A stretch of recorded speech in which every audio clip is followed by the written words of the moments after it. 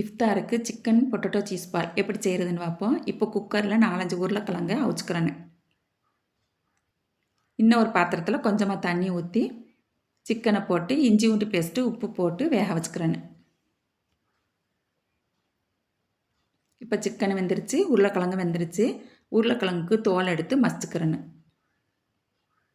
இப்போ உருளைக்கிழங்கு மசிச்சாச்சு, சிக்கன் நல்லா ஆறிடுச்சு.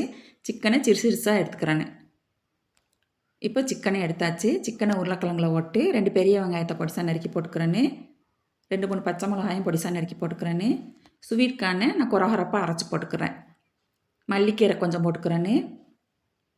1 ஸ்பூன் மிளகாய்த்தூள், 1/2 ஸ்பூன் மிளகுத்தூள், தேவையான அளவு உப்பு போட்டுட்டு ப்ரெட்டை மிக்சியில் அரைச்சி போட்டுக்கிறேன். அது 2 ஸ்பூனு. இப்போ இது எல்லாத்தையும் நல்லா கலந்து விட்டு வச்சுட்டு ஒரு பாத்திரத்தில் 2 ஸ்பூன் கார்ன்ஃப்ளவர் மாவு கொஞ்சமாக தண்ணி ஊற்றி கலந்து விட்டு வச்சுக்கிறேன்னு. இப்போ கலந்து விட்டாச்சு. இப்போ நான் சீஸை 4 நறுக்கிக்கிறேன். இப்போ நறுக்கியாச்சு. இது சிறுசாக சுருட்டிக்கிறேன்னு. இப்போ நம்ம கலந்து வச்சுக்கிற மாவை சின்ன சின்ன உருண்டையாக எடுத்து தட்டிக்கிறேன்னு.